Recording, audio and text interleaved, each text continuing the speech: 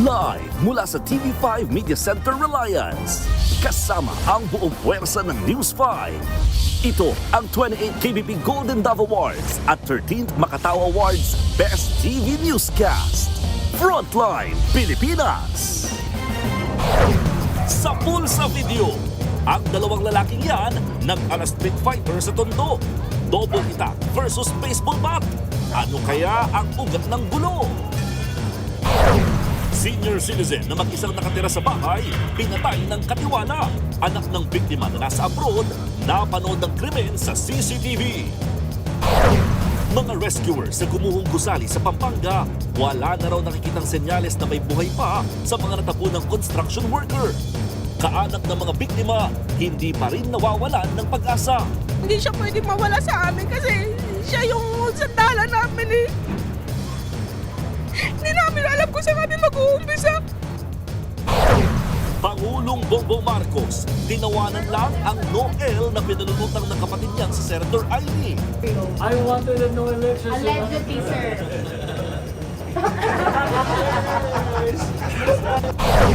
Mga kaso laban kina Estrada, Villanueva, Romualdez kaugnay sa flood control scandal, kasado na ayon kay Ombudsman Boying Remulla. At eto na nga, News 5 Exclusive. PBA courtside reporter na si Apple David humingi ng pasensya at pangunawa kaugnay sa relasyon nila ng 18 anyos na basketball player. We're both adults po. We're accountable and responsible of our decisions. Eto pa nga, Maraming salamat. Mahal ko kayo. Mabuhay ang Pilipino! Pinoy Pride sa American Music Awards. Yan at iba pang malaking ganap sa AMAs, abangan!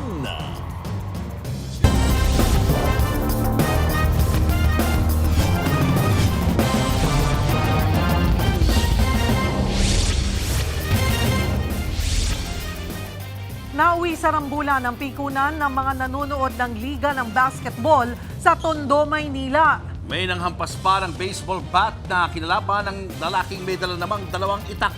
Nasa frontline ng balitang yan si Gary De Leon. Bitbit ng lalaking nakaubad ang isang baseball bat nang suguri ng isang lalaking may hawak namang dalawang itak sa Quezon Street sa Tondo, Maynila. Nang magkalapit, tila nag-espadahan ang dalawa, itak versus baseball bat. Pero di nakaporma ang lalaking may baseball bat. Natumba at napahiga ito sa kalsada. Pinagtataga naman siya ng lalaking may itak. Pero bago pa makabangon, niresbakan pa siya ng iba pang lalaki at binato. Ang kasamaan naman ng lalaking may baseball bat, sumaklolo at pinagbabato rin ang kabilang grupo. Sa uli, tumakas ang grupo ng lalaking may dalang itak. Agad dinala sa ospital ang lalaking may baseball bat na nataga sa balikat at braso. Kwento ng barangay, nagsimula ang gulo sa mga nanonood ng basketball sa paligan ng barangay. Maaaring nagpustahan daw at nagkapikunan ng mga nagrayot. Nakigulo lang din daw ang ilan na magkapisikalan ang ilang player. Nagkaroon po ng foul. Pero tinawagan naman po. Tinayos naman. At inamin naman na naka-foul yung kanyang pagkakamali. Actually, siya pa nga yung maginoo na nagtatayo rin sa kanyang napaul eh. Dahil nga intentional po yung pagkakapaul eh. Maginoo siyang gusto niya tulungan, itayo. Kaya manonood po, may isang sumugod. At sinalubong naman ng marami hanggang na nagkasalubong lahat. Sa video, makikita pa ang pagdagsa sa loob ng basketball court ng mga nanonood na nagsisigawan at tila nagrarambulan na. Isang lalaki rin ang bumunot ng balisong. Tumakbo ito at inihagis ang patalim pero nahuli naman siya ng mga barangay tanod. Matapos nga ang gulo sa court ay umabot na nga sa Quezon Street ang rambulan. Tumakbo sa labas ng mga kalugar nila, kalugar ng Laurel, kalugar ng alam nila na parang ganun. May nagsumbong na mali ron. Yung pamangkin niya, nandito, nagkakagulo. Siyempre pa, pupunta siya rito. Nakakita niya kapamilya niya. Ay doon pa lang sinalubong na siya. Wala na pong pag-uusap po yun. Parang riot na lugar-lugar eh. Agad namang hinanap ng barangay ang lalaking may itak pero nakatakas na ito. Nagpa-blatter na ang dalawang panig. Tuloy naman sa linggo ang championship ng Liga ng Basketball. Nakipag-ugnayan na ang barangay sa mga pulis para humingi ng tulong sa seguridad at masiguro na hindi naaabot sa rambulan ang uling laban ng Liga. Nagbabalita mula sa Frontline, Gary De Leon, News 5. Patay ang isang rider sa karambola ng mga sasakyan sa Rodriguez Rizal. Nasa 10 sasakyan ang inararon ng 10-wheeler nang mawalan umano ito ng preno. Nasa frontline ng balitang yan, si Carol De Asa. Dami oh.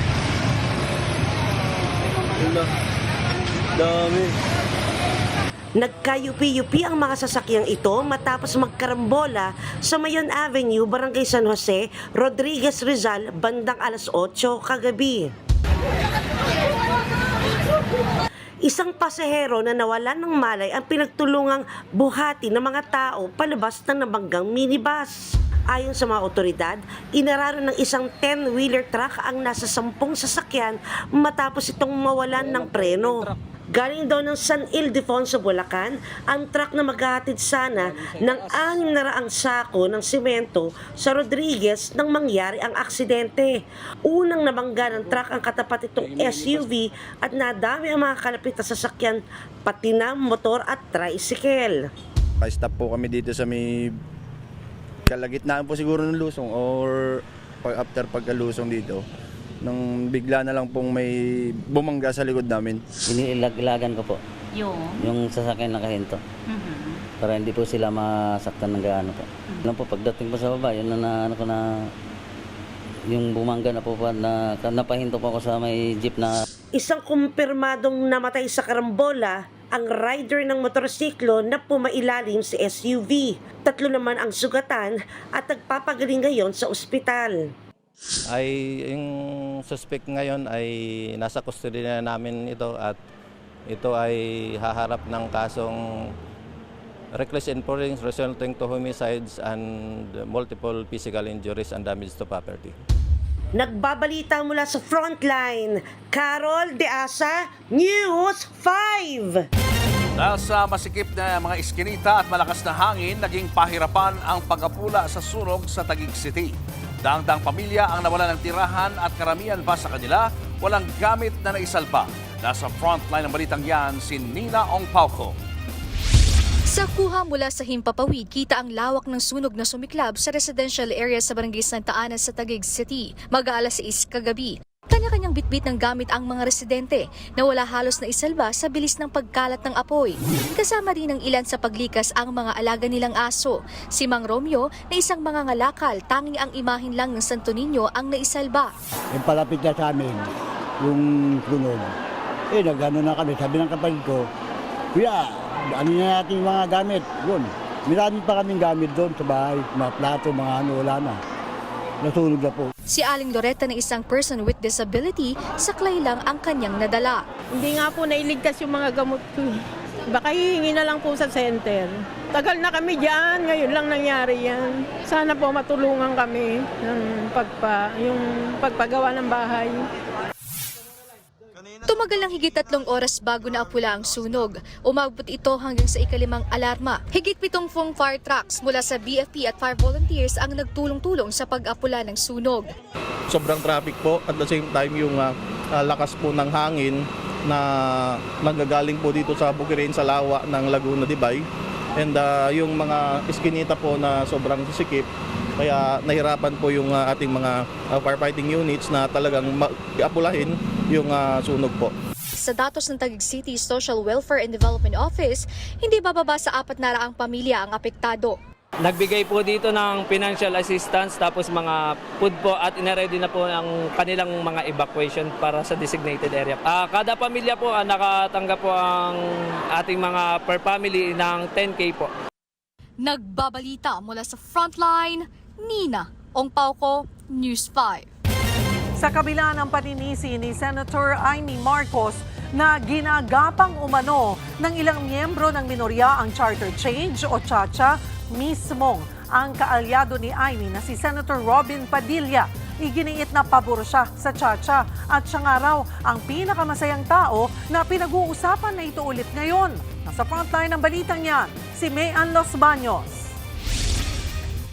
Impeachment. Mula noong Abril, habang hinihikayat ng mga congressman na bumoto sa impeachment, malakas ang ugong ng no-el sa 2028. No-el o no election at term extension. Ang no-el at term extension ay buhay na buhay sa mga patay na patay sa kapangyarihan. Puro salita, pero ang tanong, nasaan ang mga ebidensya? Sapat na nga ba ang pinagtagpi-tagping video na may dramatic music na pinresent ni Senator Amy Marcos? Isinusulong daw ang charter change para manatili sa pwesto ang mga nasa kapangyarihan at para hindi makaporma si Vice President Sara Duterte. Lumutang din ang usapang para hindi makaporma si Inday Sara sa 2028, gawing 50 years old ang edad ng pwedeng tumakbo. Pati ang ilang senador, lalo na si Senator Mig Zubiri, napailing sa video. I just want to point out that the video that the lady senator presented was obviously opinionated, a propaganda tool, right? It's should be stricken off the record. Totoo namang may panukala ng charter change at merong mga nakabinbing panukala tungkol dito. Pero hindi naman yan sikreto. Gate pa ni Senator Kiko Pangilinan na dating chairperson ng Committee on Constitutional Amendments ng Senado ni isang beses ay hindi sila nagkaroon ng pagdinig tungkol sa Chacha. The Senate did not entertain charter change under my watch as chairman of the Committee on Constitutional Amendments. That is haka-haka, this conspiracy to commit or to amend the Constitution for whatever reason, self-serving, term extension, no-el, etc. These are lies, Mr. President. Ang totoong naghiring noon para sa charter change, walang iba kundi ang kaalyado ni Senator Amy na si Senator Robin Padilla. Ako na po ang pinakamasayang tao dito dahil napag-usapan po ang charter change. Inuulit ko po, ako po ay pabor dyan. At ako po ay number 1 na isinusulong ang foreign investment, papasukin dito, parliamentary form of government at federalismo. Wala po akong pinagbago. At ngayon, si Padilla na ulit ang chairman ng Committee on Constitutional Amendments. Sa kabila niyan, si Senator Tito Soto ang pinalalabas ni Senator Amy na nakipag-usap umano kay House Speaker Bogie D tungkol sa Chacha. Buwelta ni Soto? Bogie D is my golfmate. Ang talagang topic namin was the new TW777 of Honma Meres. It's a new set of clubs. I have never been in favor of Chacha. Ang kailangan natin, Chacha, character change. Maging si Senator Bam Aquino napatayo sa anyay fake news video. Wala pong nagsabi, mag-meeting tayo para mag-chacha, para mag-CONAS. Wala pong nangyaring ganyan. Unang-una pong fake news. Habang si Senator Risa Hontiveros muling napatanong kasunod ng presentation ni Senator Amy. Ganito na ba kababa ang inaabot ng politika sa Pilipinas? Nakaka-offend din kasi yung mga sinasabi ng ilang senador tungkol sa akin na sadyang sinungaling, na lahat daw na lumalabas sa bibig ko ay lahat all BS, outright lies, at yung iba pa may pahaging na kinakailangan daw ako ipasok sa mental institution. Sa huli, binawi rin ni Senator Amy ang video na naipalabas na niya sa Senado. Samantala, sa panayam ng programang Sa Totoo Lang sa 1PH, binira ni dating Senator Antonio Trillanes IV naman ang mga maka-Duterteng senador. Simula po nung pumasok yung mga Duterte senators, talagang binalahura nila, hindi lang itong Senado eh. 'Di ba? Sanay kasi sila na yung buong democratic institutions. Nasanay sila eh kay Digong. What do you expect from them? 'Di ba? Talagang puro fake news, puro panloloko. Nagbabalita mula sa Frontline, Mayan Los Baños, News 5. Hindi na pinatulan pa ni Pangulong Bongbong Marcos ang akusasyon ng kanyang ate na si Senator Amy na gusto raw na no-el o no election sa 2028. Nasa frontline na balitang yan si Maricel Halili. Your sister said that you wanted a no election scenario. I wanted a no election Allegedly, sir. Yan ang reaksyon ng Pangulo nang tanungin ng media kaugnay sa pahayag ng kanyang kapatid na si Senador Amy Marcos. With 13 affirmative votes, 10 negative votes, and 1 abstention, the positions in all the positions in the Senate is hereby declared vacant. Sa presentasyon ni Senador Amy sa Senado, isinusulong umano ang charter change para manatili sa pwesto ang mga nasa kapangyarihan at para hindi makaporma si Vice President Sara Duterte. Nauna ng tinalakayan ni Palace Press Officer Claire Castro. Aniya, palaking sumusunod sa batas ang Pangulo. Meron tayong batas patungkol sa susunod na eleksyon, 2028. So, nakakasiguro tayo na ang Pangulo ay susunod sa batas. Ang tanongin nyo, kung si Senator Amy ba ay nakakasiguro na ang kanyang sinasabi ay totoo. Dagdag pa ni Castro, ang mga paratang kaugnay sa term extension ay diversionary tactic o paglilihis lang sa malalaking issue ng bansa, kagaya ng impeachment trial ni Vice President Sara Duterte, pati na ang kontrobersya sa Senado kaugnay kay Senador Bato de la Rosa. Pasado 1:30 ng hapon nang tumulak si Pangulong Bongbong Marcos patungo rito sa Tokyo, Japan para sa 4 na araw na state visit. Kasama niya sina First Lady Liza Marcos at iba pang cabinet officials. Sa kanyang departure speech, binigyang diin ng Pangulo ang kahalagahan ng pagbisitang ito. This state visit to Japan is essential.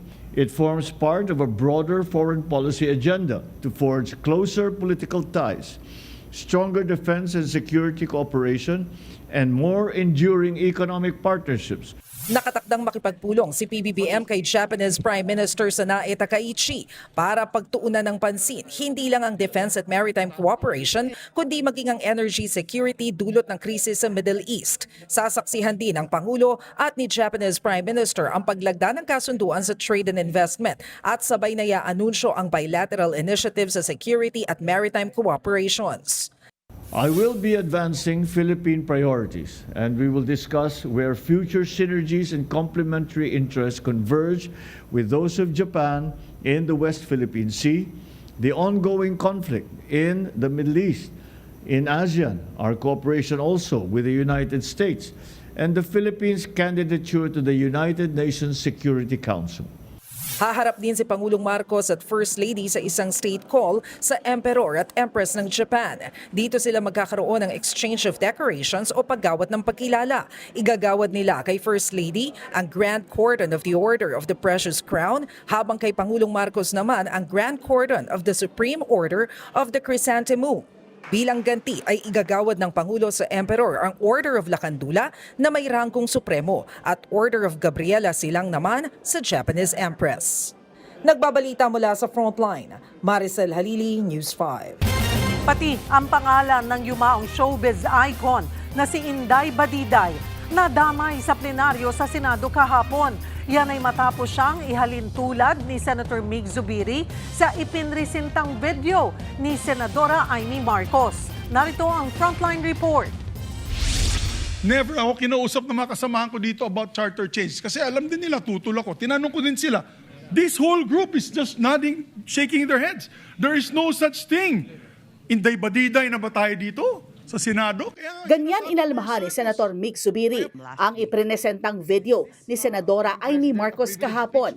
Paratang ng Senadora, may ilang mambabatas na nagpaplano para isulong na ang charter change para pahabain ang termino ng ilang opisyal, kabilang ang kapatid niyang si President Bongbong Marcos. Dagdag pa ni Zubiri, ang aksyon na ginawa umano ni Senator Amy ang dahilan kung bakit nagiging circus ang Senado. Kaya sinasabi, we're a circus. I apologize to those who are watching. They think we're a circus. We are a circus because this type of language that we are pushing in this August chamber, it's elementary. Nilinaw rin ni Zubiri na hindi raw sang-ayon ng minorya sa charter change. Pero hindi ikinatuwa ng pamilya ni Inday Badiday ang pagkakabanggit sa yumaong showbiz icon na kilala noon bilang reyna ng intriga. Ang aktor na si Icy Mendoza na nawagang huwag bastusin ang legasiya ng kanyang lola. Sinabi rin ni Icy na hindi dapat ginagamit ang pangalan ng kanyang lola para lang ilarawan ang sirkong nangyayari sa Senado. Maging si Senator Ping Lacson, tinawag din si Inday bilang disente, totoo at mapagkakatiwala ang tao. Kagabi, sa kanyang Facebook post, nagpaabot ng paumanhin si Senator Zubiri ukol sa kanyang naging komento. Nangyari lang daw ito bunsod ng mainit na pagtatalo sa plenaryo. Giit niya, nirerespeto niya ang veteranong mamamahayag. Tumugon naman dyan ngayong araw si IC at tinanggap ang paghingi ng tawad ni Zubiri. Naiintindihan niya raw ito at alam niyang walang mali siya sa sinabi nito. Sa huli, nagpasalamat pa si IC sa senador. Nagbabalita mula sa Frontline, Faye Tobias, News 5. Kakasuhan ng Ombudsman ng Pandarambong sina Senators Jinggoy Estrada at Joel Villanueva kaugnay ng flood control scandal. At sa gitna niyan, si Estrada, Vice Chairperson na ngayon ng Senate Blue Ribbon Committee na mag-iimbestiga sa anomalyang kinasasangkutan niya. Live mula sa Senado, nasa frontline ng balitang yan si Camille Samonte. Camille, kailan ihahain ito mga kaso?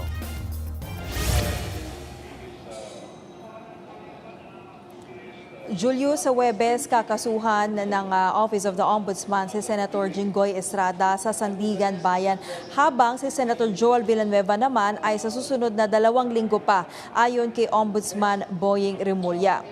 Sabi ng Ombudsman, alinsunod ang kaso sa rekomendasyon ng Department of Justice na kasuhan si Estrada at iba pang DPWH officials kaugnay ng mga anomalyang flood control projects. Sa pagdinig noon ng Senate Blue Ribbon Committee, ibinunyag ni dating DPWH Assistant District Engineer Bryce Hernandez na nakatanggap umano sa Senator Jinggoy ng 30% na kickback mula sa 355 million pesos na halaga ng proyekto una nang itinanggihan ng senador. Nagsampa pa nga siya ng reklamong perjury laban kay Hernandez na kalaunay ibinasura ng korte.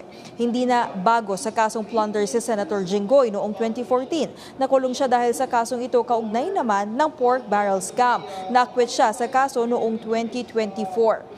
Pati si Senator Joel Villanueva nagatakdang maharap sa kasong plunder kaunay rin na flood control scandal. Ayon kay Ombudsman Remulla, hinug na ang kaso. Pinaratangan din siya noon ni Bryce Hernandez ng pagtanggap umano ng 30% kickback mula sa 600 million pesos na halaga ng proyekto. Pakinggan natin ang pahayag ni Ombudsman Remulla. Senator Jinggoy, meron pa kaming tinatapos rin at talagang madaling panahon, mapafile na rin namin yung kay Senator Joel Villanueva. Ngunit kinakailangan kasi puliduhin ng gusto yung pagkakalahad ng ng impormasyon at ng ebidensya na kasama nito.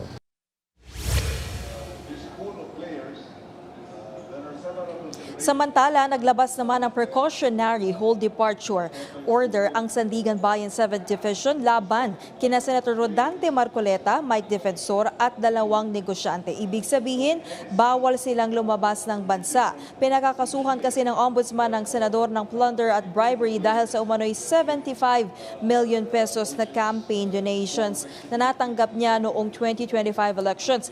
Galing daw yan kina Defensor at negosyanteng sina Joseph Espiritu at Aristotel Viray.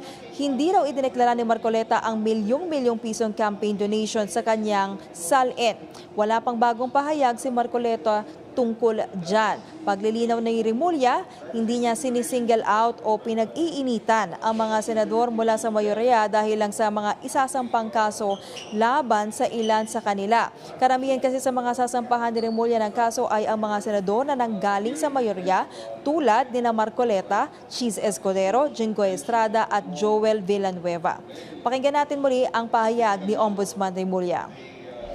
Pero hindi sila sinisingle out yung majority, hindi nyo pinapahirap. Hindi. Ano yan? Ang trabaho ng ombudsman, lahat eh.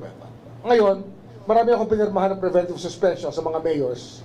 Andyan, naki Odo Dante ngayon. Pinirmahan ko rin sa mga mayors within the whole country. Marami kami pinirpursue na kaso dito.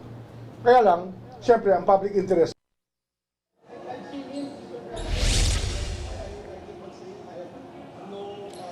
Hiningan ko rin ng komento si Senator Joel pero hindi siya nagsalita, habang si Senator Jinggoy tipid lang ang sagot at sinabing so be it. Pakinggan natin ang sagot ni Senator Estrada. Pagkikipit ko sa inyo sa ginagawa ko na to.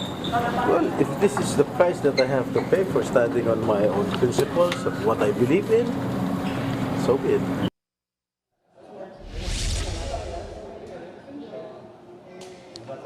Sa Sa kabila niya, ang ilan sa mga senador na nasasangkot sa flood control ay miyembro ng Blue Ribbon Committee na siyang nag-iimbestiga ng flood control scandal. Si Senator Pia Cayetano ang tatayong chairperson ng komite, vice chairperson niyan si Senators Jinggoy at Marcoleta. Habang miyembro naman nito si Senator Escudero, Bongo, Amy Marcos, Robin Padilla, Camille at Mark Villar. Julius, sa isang panayam sa Storycon ng One News, ipinagtataka ni Mike Defensor kung bakit daw sila yung kinakasuhan samantalang iilan pa lang yung nasasampahan ng kaso doon sa mga dawit talaga sa umano'y katiwalian sa flood control scam. Sa ngayon, dito naman sa Senado, Julius, natapos na yung caucus ng buong miyembro ng Senado maging yung mayorya at nagpapatuloy na yung sesyon sa plenaryo. Yan muna ang latest. Balik sa iyo, Julius. Camille, may komento na ba si Senate President Alan Cayetano dahil 3 sa mga miyembro ng Blue Ribbon Committee ang nadadawit sa flood control? Ang tanong tuloy ng mga tao, paano magiging patas ang investigasyon? Wala bang plano na palitan itong mga miyembro?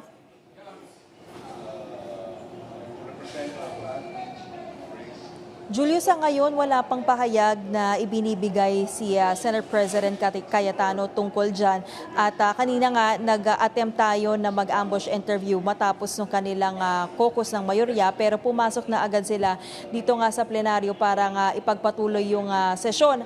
Ang sabi lang ng ilang senador, ang napag-usapan lang dito sa caucus ay yung tungkol doon sa impeachment nga laban kay Vice President Sara Duterte. Pero doon sa paghahandle ng Blue Ribbon Committee doon sa mga investigasyon ay wala pa silang pahayag dyan dahil nga very recent lang itong development kaugnay doon sa mga kasong isasampa sa 3 senador. Julius. Bukod sa mga nabanggit ng senador, meron pa ba mga ibang pinakakasuhan ng ombudsman?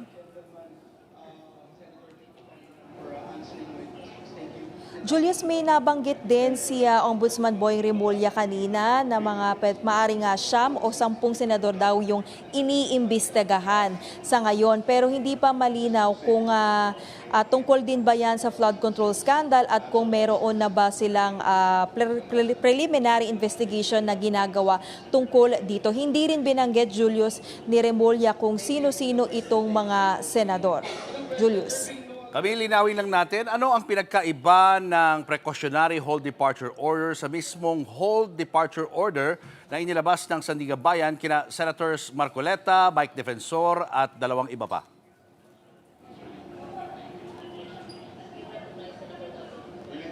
Julius, kapag sinabi kasi nga precautionary hold departure order ay technically bawal talaga silang, parehas naman na pinagbabawal sila na makalabas ng bansa. Ang difference lang doon sa hold departure ay meron na talagang kaso na naisampa sa Sandigan Bayan. Like for example, kung example natin yung kay Senator Jinggoy Estrada, yung sa kanyang previous case sa Sandigan Bayan ay until now meron pa rin siyang HDO sa Sandigan Bayan. Kaya nga tuwing siya ay lalabas ng bansa ay nagpupunta talaga siya sa korte para magpaalam. Ngayon dito naman sa PHDO ay gumugulong pa yung investigasyon. So ibig sabihin pending pa, hindi pa talaga na ifa-file yung actual na kaso. Pero ang iginigiit kasi na explanation dyan ng ombudsman nung sa pagdinig ng Sandigan Bayan, ituturing kasi na flight risk yung isang akusado. Kaya kinakailangan na matiyak na hindi siya lalabas ng bansa habang gumugulong yung investigasyon at para matiyak din na siya ay dadalo sa mga pagdinig oras na ito ay gumulong na at maisampa na nga na formal nang maisampa sa korte. Julius. Maraming salamat, Camille Samonte. Kinumpirma ng ICC na hindi ulit dadalo si dating Pangulong Rodrigo Duterte sa pagdinig ng kanyang kaso bukas. Inilabas ng ICC ang waiver na nilagdaan ni Duterte bilang kumpirmasyon ng kanyang pagliban sa hearing. Sa sulat, ipinauubaya na ng dating Pangulo ang pagdinig sa kanyang defense team. Pinagbigyan naman ng Trial Chamber 3 ang hiling ni Duterte. Huling nagpakita si Duterte sa ICC noong March 2025 para sa kanyang inisyal na pagdinig. Nananawagan ang mga kaanak ng natabunan ng gumuhong gusali sa Pampanga na managot ang may-ari at contractor nito. Patuloy naman ang paghahanap sa mga natabunan na pinangambahang patay na. Live mula sa Angeles City sa Pampanga, nasa frontline na balitang yan si Mon Gualvez. Mon, kumusta ang search and retrieval operations dyan?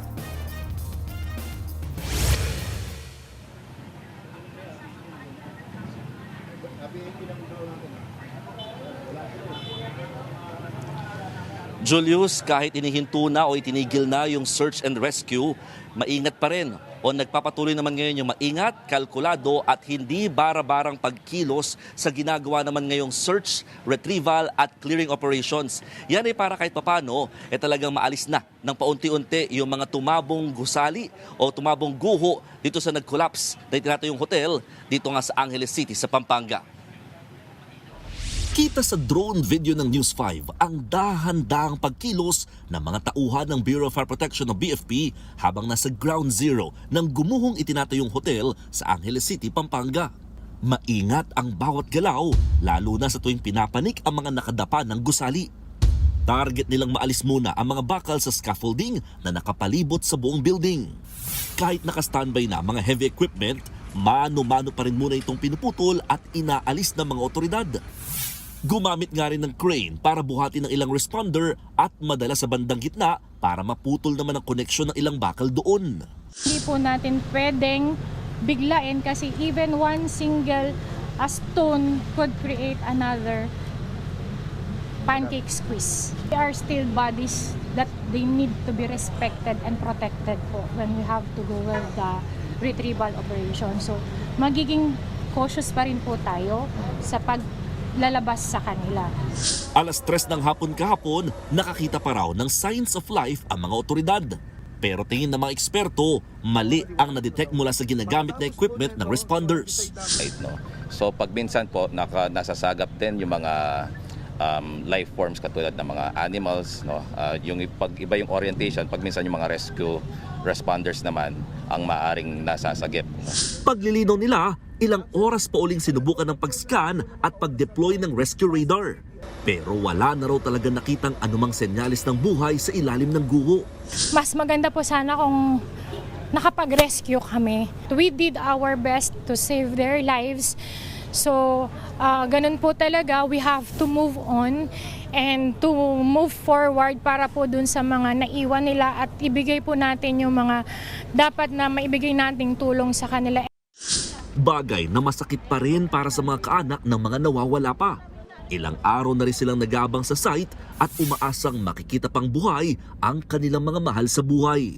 Yung una, sabi nila, mayroon pang buhay.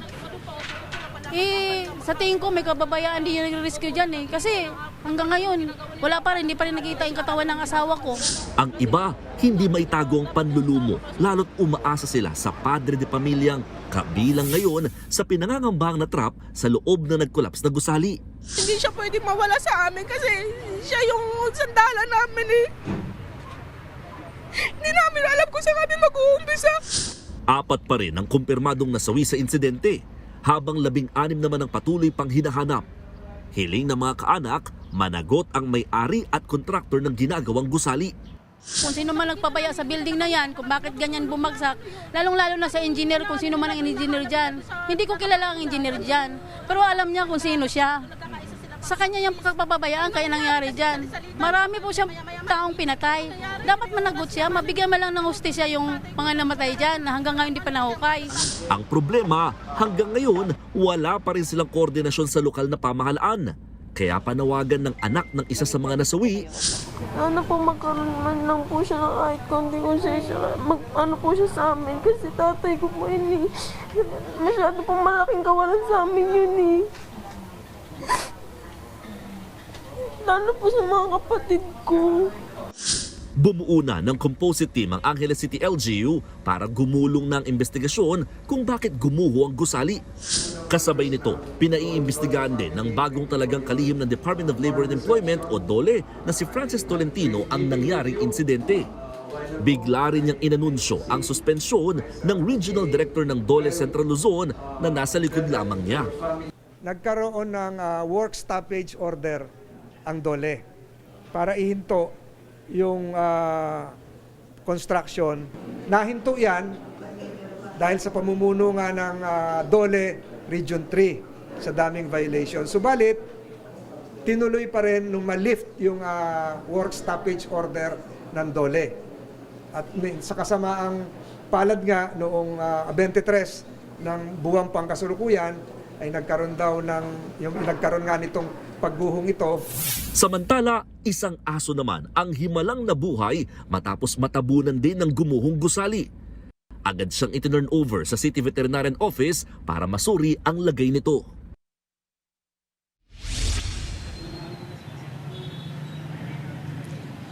Julius, kahit gabi na, tuloy-tuloy pa rin ang ginagawang search, retrieval at clearing operations dito nga sa lugar. At ngayon, mga kapatid, ipapakita namin sa inyo yung live na kuha ng drone shot ng News 5 dito sa area kung saan kahit nga oras na ng gabi or madilim na, patuloy ang ginagawa ng mga otoridad sa pagtatanggal ng mga bakal dito nga sa gumuhong itinatayong hotel dito sa lungsod ng Angeles. Makikita ninyo talagang walang sinasayang na oras ang mga responders para maalis yung mga makakapal na bakal na yan at talagang ma-clear kahit papano itong Teodoro Street at yung Oak Street na talagang pinaka-naapektuhan dito sa area dahil bahagi ito ng tinatawag na Entertainment District o Business District ng Barangay Balibago dito nga sa Angeles. Kaya naman kahit sabihin natin na may mga alternate routes, talagang apektado yung negosyo at saka syempre yung lakad at galaw ng mga residente maging ng mga negosyante dito sa lugar.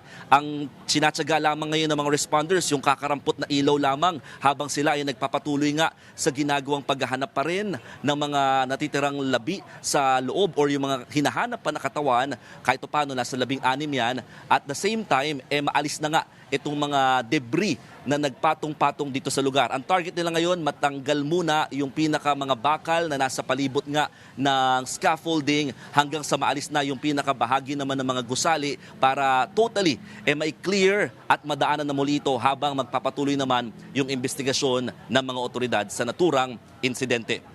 Julius. Mon, bukod doon sa may-ari at kontratista, hindi ba sinisilip yung responsibility ng local government unit? Dahil bukod sa building permit, dapat from time to time ay ini-inspeksyon yan ng City Engineer's Office to make sure na tama yung mga materyales na ginagamit nila. Tama ka dyan, Julius. Isa yan sa talagang tinarget nating mahingan ng panig sa mga sa araw na ito para makuha yung pinakadahilan or anong ginawa ng building official kahit paano at saka ng City Engineering Office tungkol nga dito dahil technically kahit sabihin natin na lumagpas sa planong 9-story building, bakit nga wala nag-inspeksyon lalo't nung 2024 pa sinimulan itong ginagawa at may mga allegations na since 2024, since last year, umabot na nga doon ng 11 hanggang 12 gusali itong naturang apektadong tinatayong hotel. Unfortunately, hindi pa nagbibigay ng pahayag ang mga naturang opisyal maging ang local government in this matter. Ang sinasabi lang nila sa ngayon, meron silang binuong composite team na mangunguna sa gagawing investigasyon para nga sa insidenteng itong nangyari dito sa kanilang lungsod. Julius. Maraming salamat, Mon Gualvez. Salasalabat at nakalundo na ang mga kable ng telco na nakasabit sa mga poste ng kuryente sa Pasig City. Pinutol ng Meralco ang mga kable kaya wala munang internet sa buong barangay. Narito ang Frontline Report. Buhol-buhol ang mga kable ng telecommunication na yan.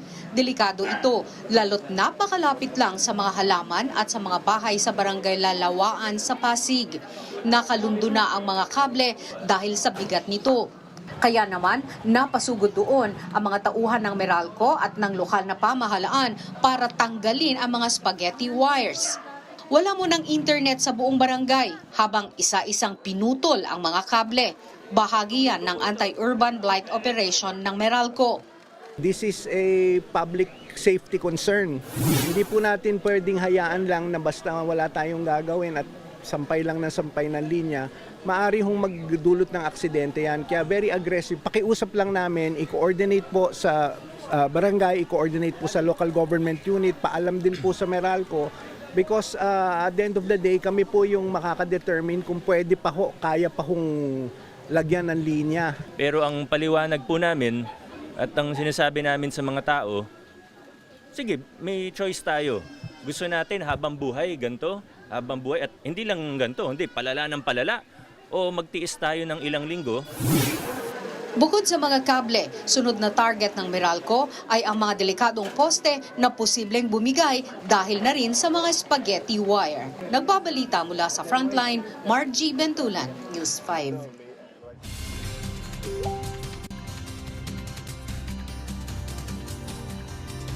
Weather update tayo mga kapatid. Kanina ngang tanghali, ganap ng naging bagyo yung binabantayan nating sama ng panahon sa labas ng ating Philippine Area of Responsibility. Ito po ay nasa Tropical Depression category ng Pag-asa na may taglay na lakas na hangin na nasa 45 km per hour malapit sa kanyang gitna at kung minsan may mga pagbugsong umabot sa 55 km per hour.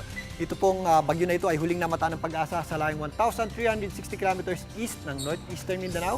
Sa ngayon, wala po itong direktang epekto sa ating bansa pero yung kanyang trough o yung pagbali ng hangin yan ay nagdadala po ng mataas na tsansa ng pag-ulan dito po sa eastern section ng Mindanao at yung ating southwesterly wind flow naman na nagpapaulan dito po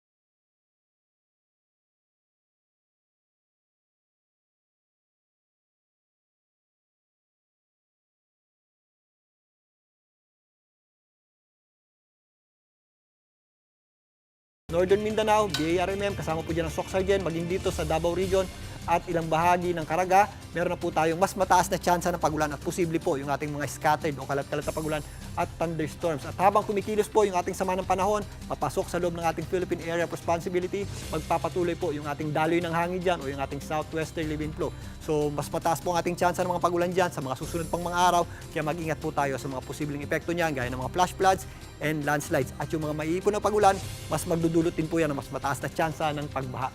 Ito namang mga kaulapan natin dito sa western section ng Luzon ay maaaring makaapekto sa darating na linggo hanggang Lunes, including Metro Manila at sa mga karating lugar nito, habang mas mataas na po yung ating binabantayang sama ng panahon o ito pong posibleng tawaging bagyong Domeng if ever nandito po na yan sa taas ng ating bansa. Again, wala po itong direktang epekto, nandito po yan sa kanan, yung ating mga pagulan ay maaaring idulot na ng ating habagat o southwest monsoon.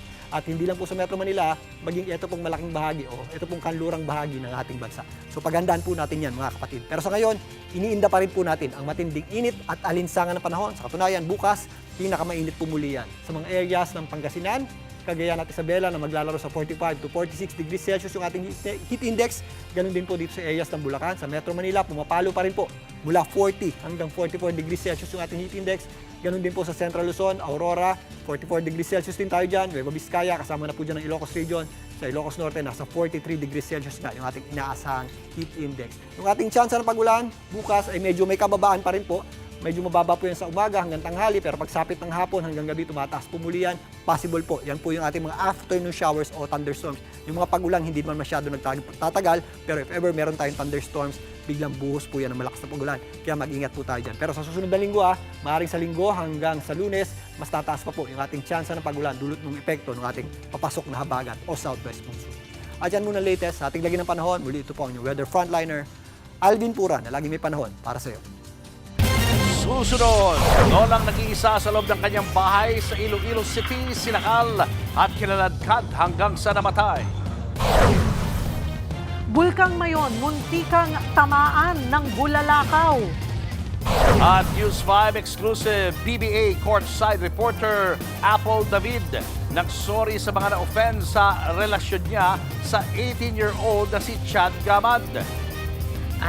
I know it's a very risky relationship, but it's a risk we are both taking.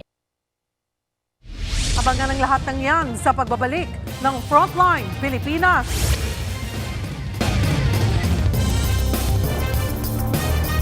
Mga kapatid, Julius Babaw po, nasa Middle East o saan mang dako ka ng mundo, manatiling may alam at may pakialam sa mga mainit na balita dito sa ating bansa. Simulan po natin ang bawat araw sa tuloy-tuloy na balitaan sa Frontline. Mag-follow at mag-subscribe sa social media pages ng News 5.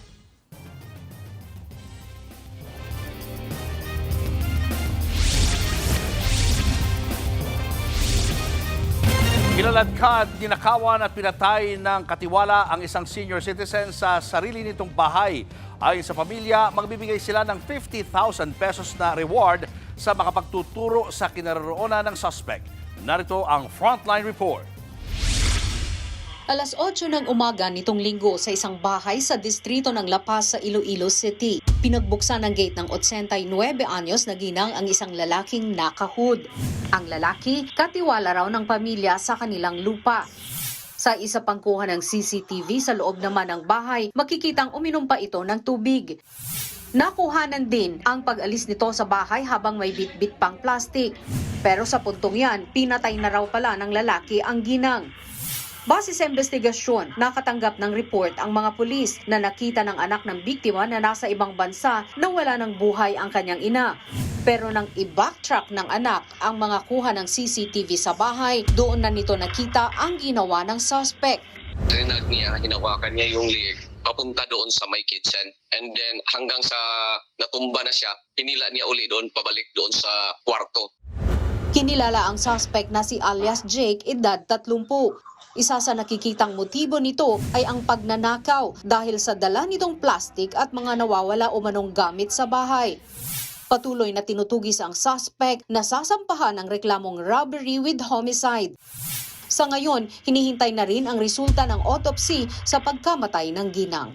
Nagbabalita mula sa Frontline, Mark G. Bentulan, News 5.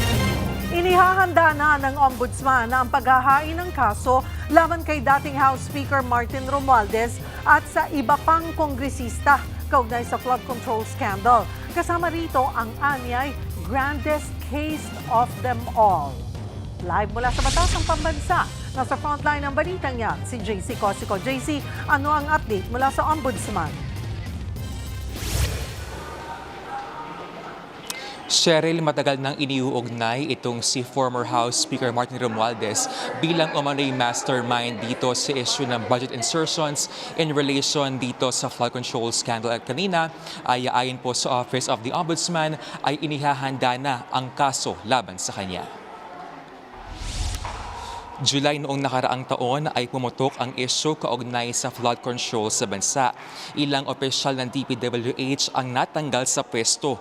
May mga kaanak ng mga government contractor na nabash online at alegasyon na may mga opisyal na tumatanggap ng milyon-milyong piso bilang kickback. Ang Office of the Ombudsman itinuturong mastermind sa kontrobersya si former House Speaker Martin Romualdez. Ngayong araw, kinumpirma po ni Ombudsman Boying Remulla na inihahanda na ang kaso kaugnay nito. Narito ang kanyang pahayag. Nandiyan na yan. Meron lang kaming dalawa pang kasong inahanda tungkol dyan. Meron kaming isa pang money laundering case na mabigat. At of course, yung the grandest case of them all, itong pinakamabigat na kaso dyan, yung conspiracy to defraud the treasury. Kinumpirma ni Remulla na may ilang kongresista na dawit din sa reklamo pero wag daw munang pag-usapan yan. Ayon pa kay Remulla, patuloy pa silang kumakalap ng mga ebidensya at wala pang timeline kaugnay po rito. Hindi rin daw dali-dali itong mabuo. Narito po muli si Ombudsman Remulla. Hindi madali ilatag yan. So we're being very careful about every premise that we make. Kasi first time to gagawin sa kasaysayan ng Pilipinas na magkakaroon tayo ng ganitong klaseng kaso. Wala pang reaksyon si Romualdez kaugnay sa pahayag ng Ombudsman. Dati nang itinanggi ni Romualdez ang mga paratang. Anya, wala naman sa kontrol lang ng House Speaker ang proseso kaugnay sa national budget. Sinabi rin niyang hindi siya papayag na maging scapegoat o sangkalan. Samantala, pinabulaan na naman po ng ilang kongresista ang paratang ni Senator Amy Marcos kaugnay po sa umano'y charter change o pag-amyenda sa saligang batas sa pamamagitan ng Constituent Assembly o CONAS. Kalaunan ay binawi rin po ito ng senadora. Sabi po ni House Prosecutor Jonathan Keith Flores, wala po naging diskusyon tungkol sa Chacha at ito rin daw ay hindi kinonsider sa pagboto po ng mga kongresista para i-impeach si VP Sara. Sinigundahan din yan ni Deputy Speaker Janet Garin, wala raw usapan tungkol sa no election scenario at term extension ng mga kongresista. Narito po ang kanilang mga pahayag. It has no relation at all, no? Never na pag-usapan in the Committee on Justice or in the House. Never brought up, never discussed, and never was made a part of the consideration in the voting. None that we know of, no? Unang-una, kapag merong talagang seryosong ipupursue, sana nalaman ng mga lideres ng Kongreso. Wala kaming narinig na ganyan, walang napag-usapan.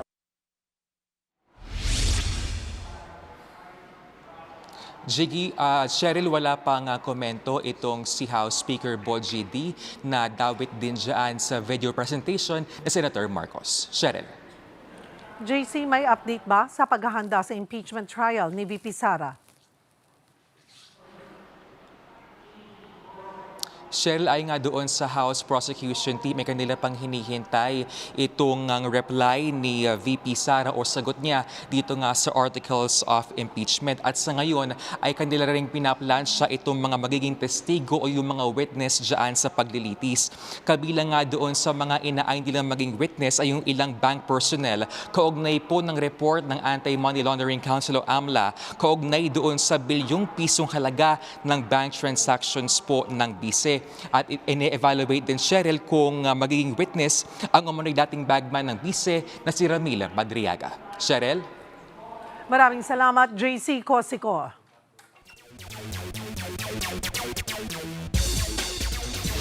Nagsorry si PBA courtside reporter Apple David sa mga na-offend sa kanyang relasyon kay Letra Night Guard at Chad Gamad.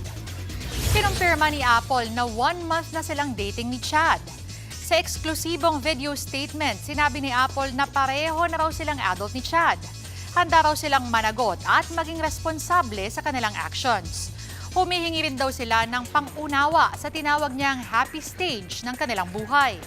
Naging controversial ang relationship ng dalawa dahil sa malaking age gap.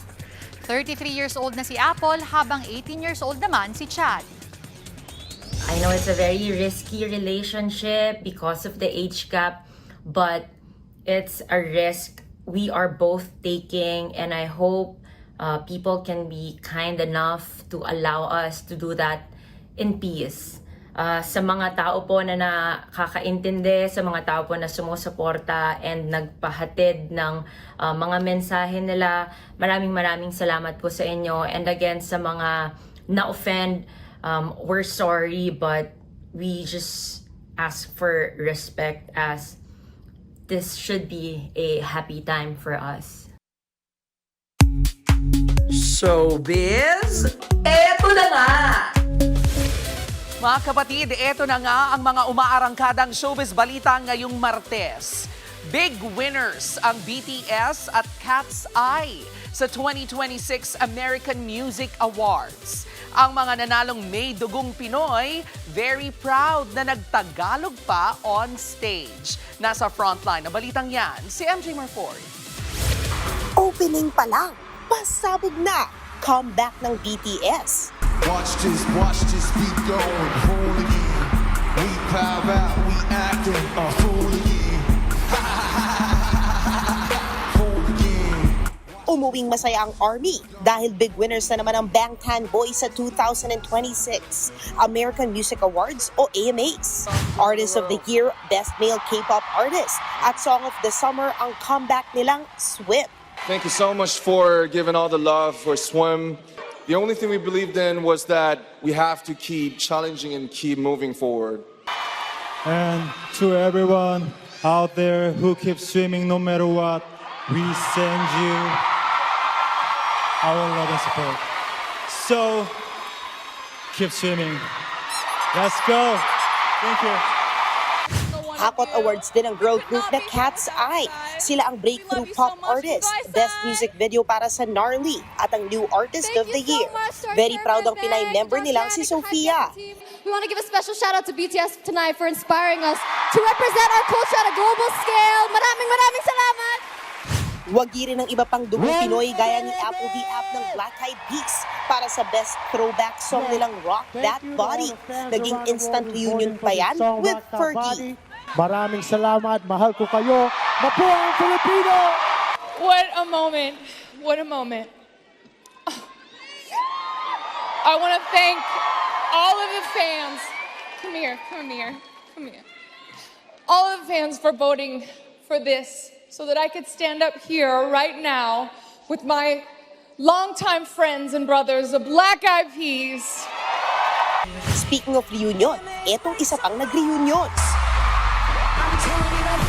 Up my buttons, babe, but you keep frontin', saying what you gon' do to me, but I ain't seen nothing. I'm telling you to lose. Yes, nagbabalik ang Pussycat Dolls. Of course, part Pinay din na si Nicole Scherzinger.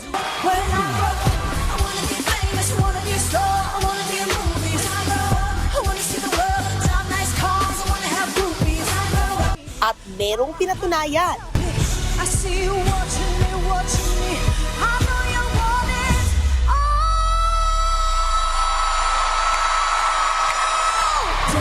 Isa pang big winner ang Huntrix. Song of the Year ang Golden, Best Vocal Performance din yan, at Best Pop Song pa. Habang Best Soundtrack naman ang K-Pop Demon Hunter. Nagbabalita mula sa Frontline. MJ Marfori, News 5. Susunod sa pulsa CCTV, lalaki sa Ayala Tunnel, nagnakaw ng kable. Senator Lito Lapid inihayag sa Senado ang pagmamahal kay Senator Pia Cayetano. At listahan ng players na maglalaro para sa Alas Pilipinas, inilabas na. Yan at iba pa sa pagbabalik ng Frontline Pilipinas.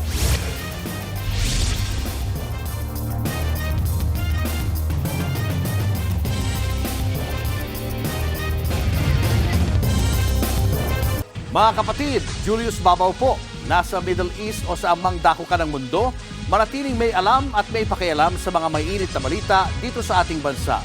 Simulan po natin ang bawat araw sa tuloy-tuloy na balitaan sa Frontline. Mag-follow at mag-subscribe sa social media pages ng News 5.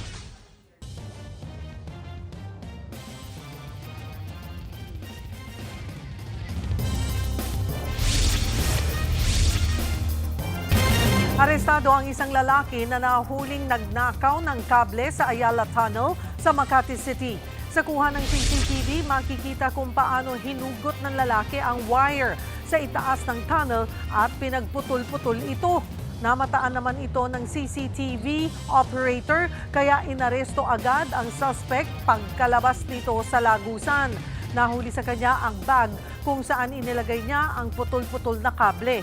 Nasa kustodiya na ng Makati Police ang suspect at mahaharap sa kaukulang reklamo.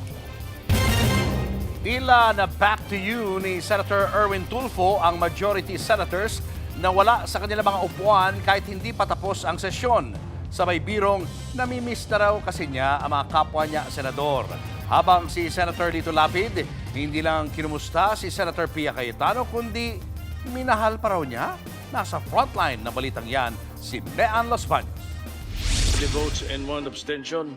Matapos ang video presentation ni Senator Amy Marcos sa plenaryo kahapon, tuloy ang sesyon ng Senado. Pero sa kalagitnaan, may we know, Madam President, Majority Floor Leader, where's our colleagues in the majority at this very moment? Are they still around, sir, ma'am? nawawala ang karamihan ng majority senators. Ang present lang, si Senate President Pro Tempore Loren Legarda at Senator Jinggoy Estrada. Banat tuloy ni Senator Erwin. Kami na lang po natira dito. Yes, Madam President. Namimiss ko na po sila. Yes. Sagot naman ni Senator Estrada, they're still in the Senate lounge. watching the proceedings, Madam President. Thank you. Would you like us Majority to Floor Leader. suspend session to ask them to come back to the plenary? No, Madam President, I was just Yes. wondering. I missed them.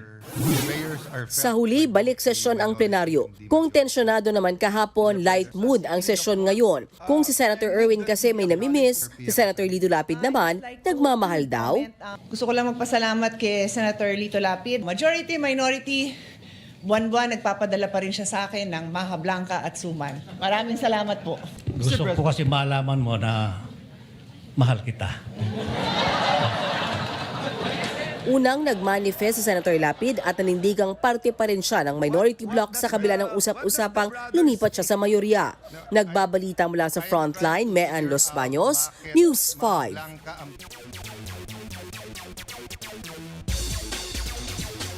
Magsasama-sama ang ilang Alas Pilipinas veterans at young blood sa 2026 ABC Women's Nations Cup sa Candon, Ilocos Sur.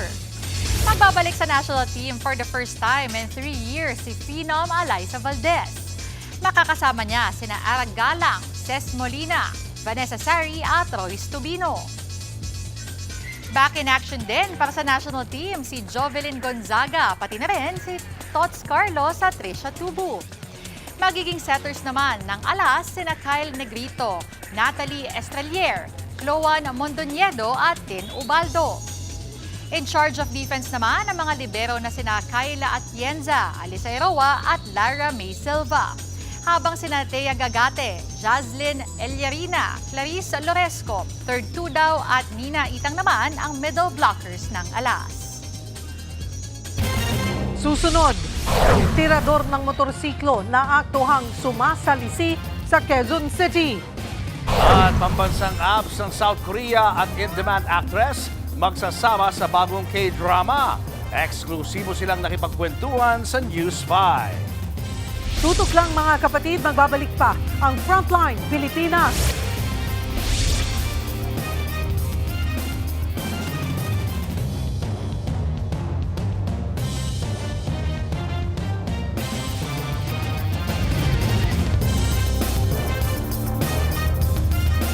Mga kapatid, Cheryl Cosim po.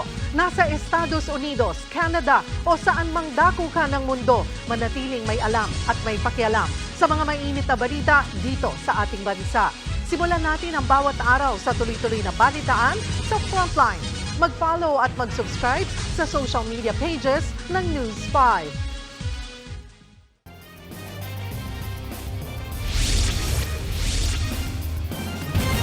Munti ka nang mabagsakan ng bulalakaw ang mga nag-aalborotong Bulkang Mayon. Sa kuha ng kamera ng PVOX, biglang lumiwanag malapit sa Mayon Volcano. Pero bago pa man tumama ang bulalakaw, tuluyan itong naglaho. Ayon sa PVOX, nalusaw ang bulalakaw dahil sa bilis ng pressure at init. Natili namang Alert Level 3 ang Mayon Volcano. Ibig sabihin, mahigpit na pinagbabawal ang pagpasok sa 6-kilometer radius permanent danger zone. Mag-iikot-ikot muna sa lugar bago kalikutin ang target na motor. Sabay, itatakbo ito. Ganyan daw ang modus ng inarestong mekaniko sa Quezon City. Ayon sa mga pulis, naaktuhan ng 2 bata na kinakalikot ng lalaki ang nakaparadang motor kaya isinumbong nila ito sa may-ari. Nang makita ng may-ari, saktong paalis na ang lalaki, tangay ang motor. Tiyempo namang may rumorondang pulis sa lugar kaya agad nahuli ang suspect. Na-recover mula sa lalaki ang 1 baril at 2 bala na walang mga dokumento. Itinanggi ng suspect ang krimen pero mahaharap na siya ngayon sa mga kasong may kinalaman sa carnapping at illegal firearms.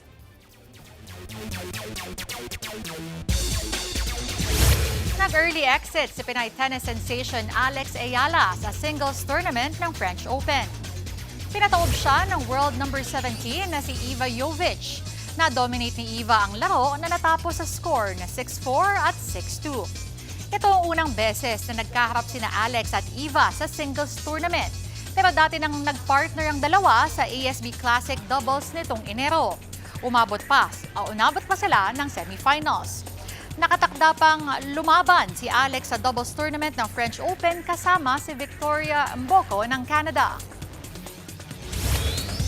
Gumagawa ng sariling pangalan ang anak ni boxing legend na si Rolando Navarrete na si Rolando D sa mundo ng knuckle boxing. Si D ang kauna-unahang Pinoy na world defending champion sa naturang sport. Taong 2025 nang una niyang masungkit ang titulo na ito. Nadepensa niya ito sa mga sumunod na laban, partikular kay Italian boxer na si Polly Malinaghi. Sa panayam sa programang Julius at Tintin, sinabi ni Dina bukas din siyang sumabak sa traditional boxing na sport ng kanyang ama. Hindi mo kino-consider na minsan lumipat sa sa traditional boxing? If merong mga like uso kasi ng mga exhibition fights. Yes. Like exhibition fights. Yeah, I'm willing. I'm willing. Willing, ma'am. If ma-invite ako for exhibition fight, I'm willing. Kasi in-invite din ako ni American Kaya sabi niya, kasi medyo parang natakot siya konti sa bare knuckle boxing kasi after nangyari kay Polly. Sabi niya, baka minsan gusto mo magkabit ng gloves with me. So sabi ko, okay lang. At yan muna ang latest sa frontline ng sports. Ako po si Denise Tan. Showbiz, eto na nga!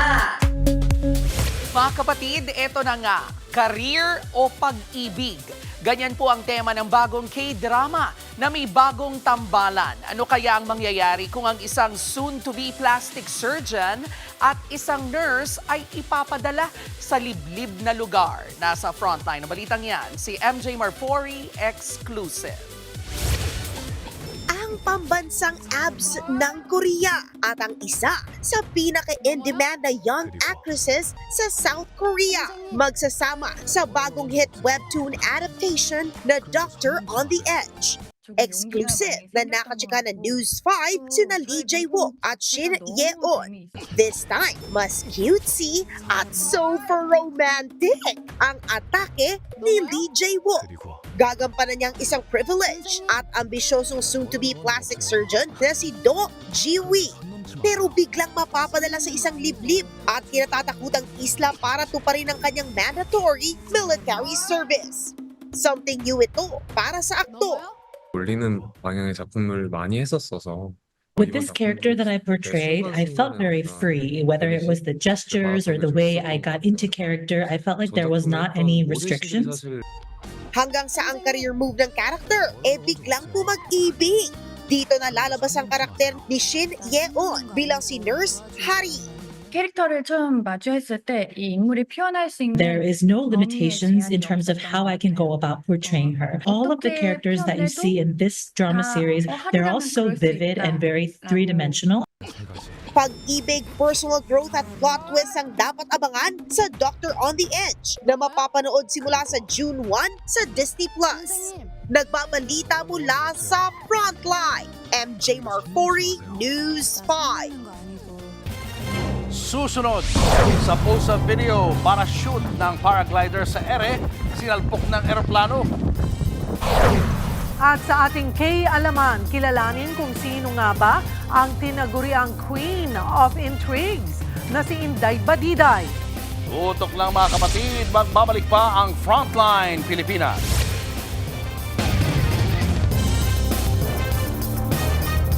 Mga kapatid, Cheryl Cosing po. Nasa Estados Unidos, Canada o saan man dako ka ng mundo, manatiling may alam at may pakialam sa mga maiinit na balita dito sa ating bansa. Simulan natin ang bawat araw sa tuloy-tuloy na balitaan sa Frontline. Mag-follow at mag-subscribe sa social media pages ng News 5.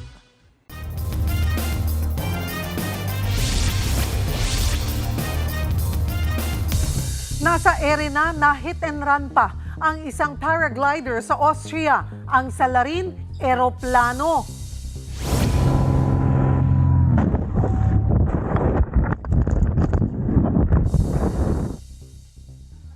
Chill na nag-e-enjoy sa view ang babae habang naka-parachute pero bigla na lang sumulpot ang eroplano. Nawasak ang parachute ng babae kaya bumulusok siya.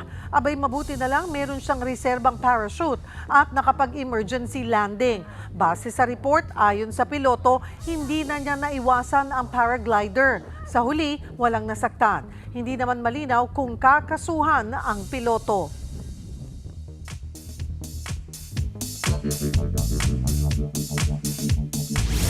Mga kapatid, kung feeling mo matindi na ang tsikahan sa TikTok, X at Reddit, ay naku, may nauna na po riyan. At ang pangalan niya ang nag-iisang Inday Badiday.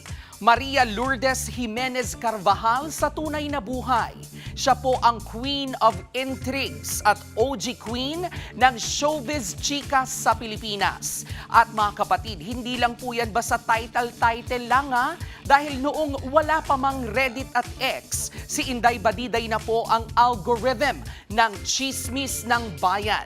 Kapag may hiwalayan, awayan o revelasyon, madalas kay Inday unang umaamin ang mga artista.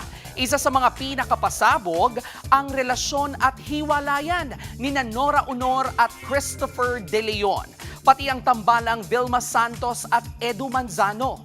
Kapag may alingas-ngas ng kabitan, may patotoo ba si Inday? Parang human lie detector lang ang atake. Eto pang matindi, si Inday Badiday rin ang reyna ng blind item. Yung tipong kahit hindi pangalanan, gets na gets ng buong bayan kung sino ang pinag-uusapan. Tatak na po niya ang mga linyang careful, careful o kaya the original is the best. At hanggang ngayon, abay relevant pa rin si Inday Badiday. Sa katunayan, nabanggit pa siya sa Senado sa gitna ng intriga. Mga kapatid, lahat po tayo may pagkamarites, lalo na kung usapang showbiz. Pero tandaan, ang tunay na chika may responsibilidad. Hindi gawa-gawa, hindi paninira. Dahil tulad ng nag-iisang legendary Inday Badiday, ang intriga mas may bigat kapag may integridad at kredibilidad. Yan po ang ating K-Alaman. K-OK. Susunod, pagdiriwang ng piyesta sa Isabela, nauwi sa barilan. Tunay na katauhan ni Eman, a.k.a. Ellie Buendia, sa kapatid show na My Best Friend Eman, nabunyag na. Yan at iba pa sa pagbabalik ng Frontline Pilipinas.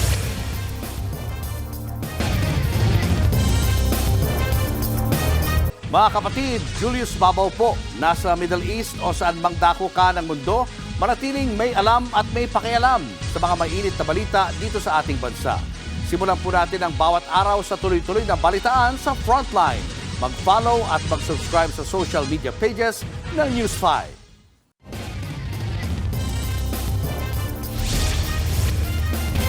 Nawi sa Pamamaril ang pagdiriwang ng piyesta sa bayan ng Santo Tomas sa Isabela. Kabilang sa mga namatay ang isang pulis at isang barangay chairman. Nasa frontline na balitang yan si Mobile Journal, Kayla Makantan. Mag-aalas 8 ng gabi nitong ika-25 ng Mayo, abalang nagdiriwang ang mga tao ng pista sa barangay San Rafael Abajo sa bayan ng Santo Tomas. Maya-maya, bigla na lang umalingaw-ngaw ang sunod-sunod na putok ng baril. Mabilis umiskapo ang mga gunmen. Nasakay umano ng isang puting van at 2 motorsiklo. 8 ang napuruhan. 4 sa kanila ang agad nasawi. Kabilang sina Police Corporal Frederick Bautista, Barangay Kulunguan Chairman Jimmy Paiste Jr., magsasakang si alias Den at alias Marlo. Naitakbo naman agad sa ospital ang mga sugatan na sina Police Master Sergeant Jason Asherto, alias March, alias Lars, at isang 17 anyos na babae.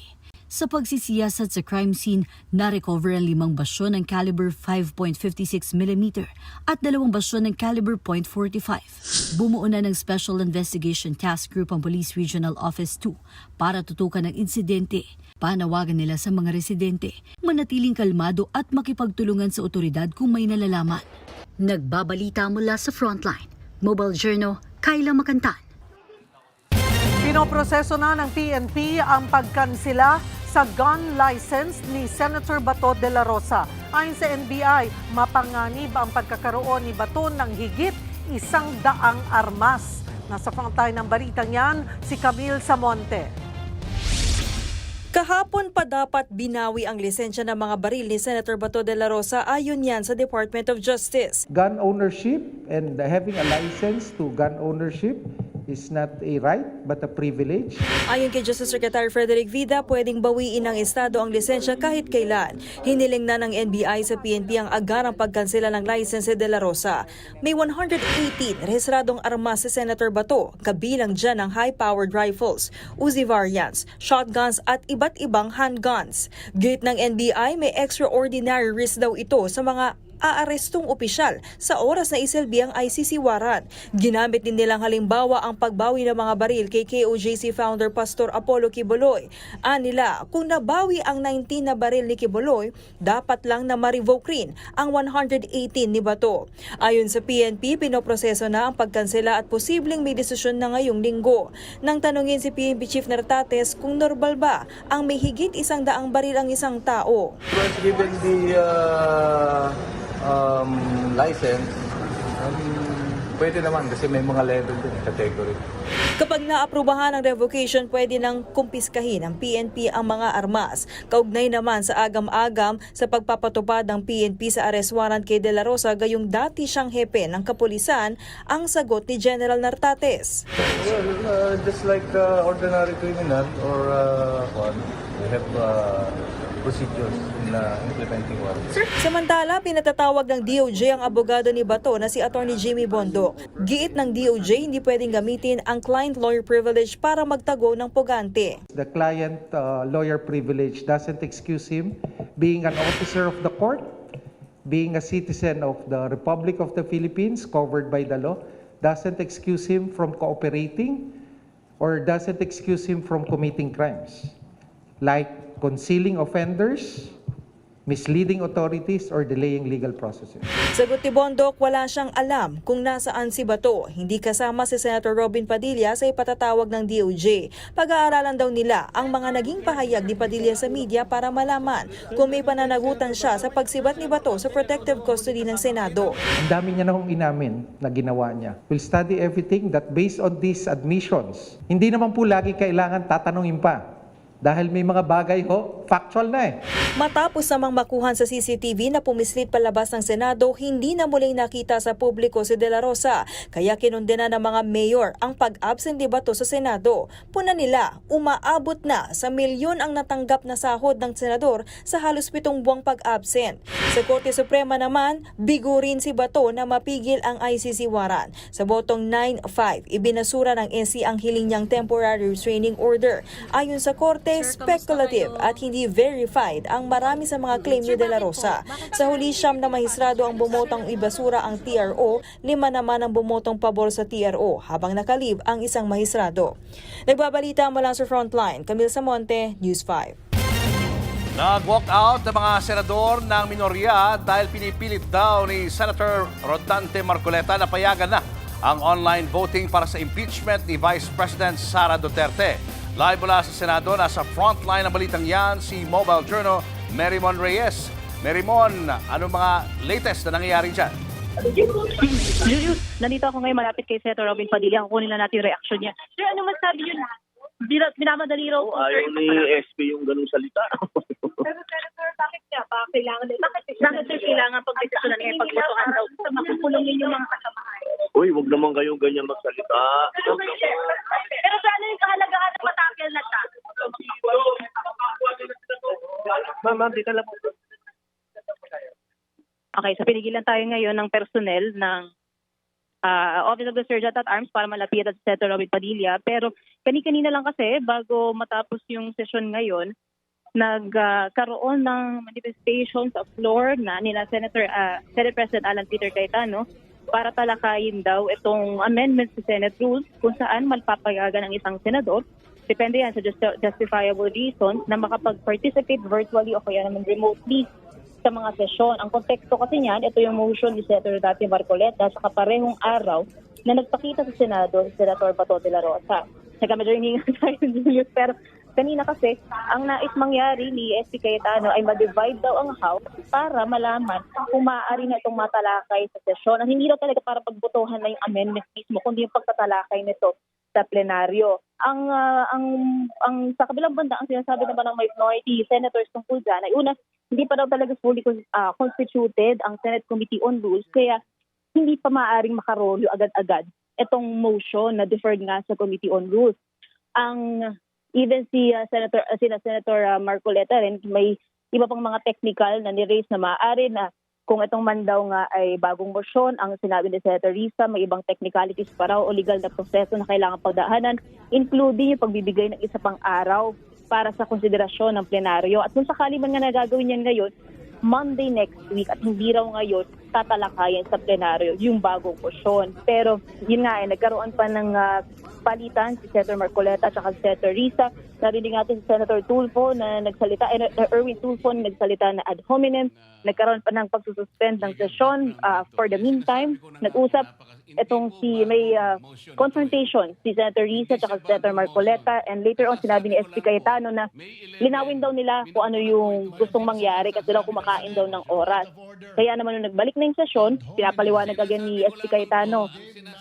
Sila Senator Mig Zubiri tumayo. Tinawag niya na yung ibang mga minority senators, let's go.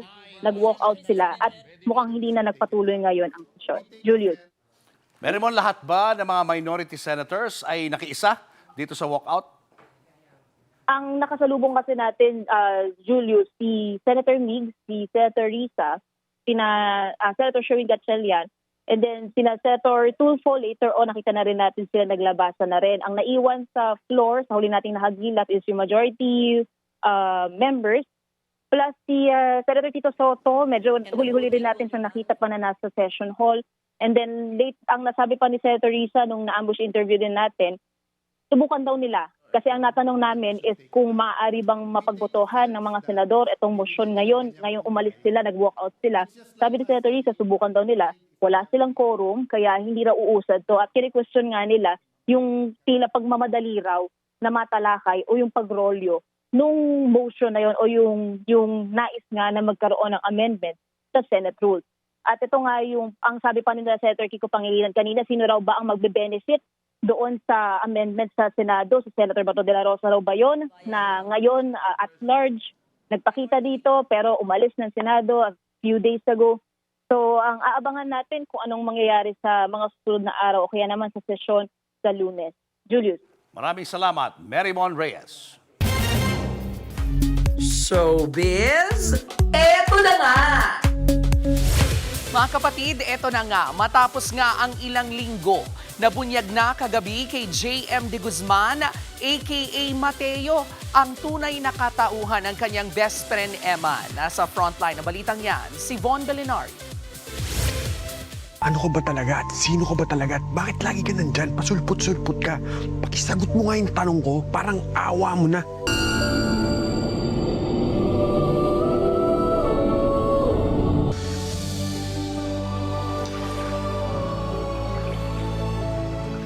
Matapos ang ilang beses na pagpapakita kay Mateo, finally, nakilala na rin niya kung sino ba talaga si Eman. Ang episode na yan ng My Best Friend Eman, patok sa ating mga kapatid na sumusubaybay. Scene ng OPM rock icon na si Ellie Buendia na gumaganap bilang Eman, off his bucket list na raw ang pagganap sa special role. I was really also surprised that the script had that. And to be offered that role, I parang, di naman surprised, pero parang I got what they were going for. I really thought it was interesting to play someone like Jesus Christ, and I tried to put in as much, parang balance lang ng humanity. Si Ellie mismo, hangang-hanga sa takbo ng storya at sa hatid nitong mensahe tungkol sa paniniwala at pananampalataya. Namangha rin siya sa galing ng production team, lalo na sa eksenang naglakad siya sa tubig. I was really surprised by the parang ingenuity of the special effects people. Kasi first time on set, I asked everyone, like the special effects people, paano nyo gagawin to? And they were like, basta, tingnan nyo na lang, gano'n. And then, on the day itself, so ganito pala. Parang, this is great. Very simple effects, but very, very effective. Hindi ring basta-basta ang paghahanda ni Ellie sa role, mentally at emotionally, para tama ang timpla sa bawat eksena. You just have to know your lines and parang doon na nangyayari yung parang self-regulation na parang you have to know what you want and you have to know your limitations. Nagpapasalamat din si Ellie sa cast, lalo na kay Mateo, played by J.M. De Guzman. JM is a sweetheart, you know, I love him. Bukod sa kapatid teleserye, mapapanood si Ellie sa Eraserheads Combo on the Run sa Netflix naman. Tampok sa Netflix cut ang ilang additional scenes at footage tungkol sa iconic OPM band at ang kanilang recent reunion. Abangan ang My Best Friend Eman gabi-gabi sa TV5. Nagbabalita mula sa Frontline, Von Belinario, News 5. At yan nga po ang ating mga showbiz update at kay Alaman ngayong Martes. See you tomorrow mga kapatid. Ako po si Jervy Rice. Abangan niyo ulit kami bukas dito sa TV5 sa 1PH RPTV, True TV at 105.9 True FM. Kami ang inyong mga kapatid sa Balitaan at Public Service. Walang iwanan sa Frontline Pilipinas.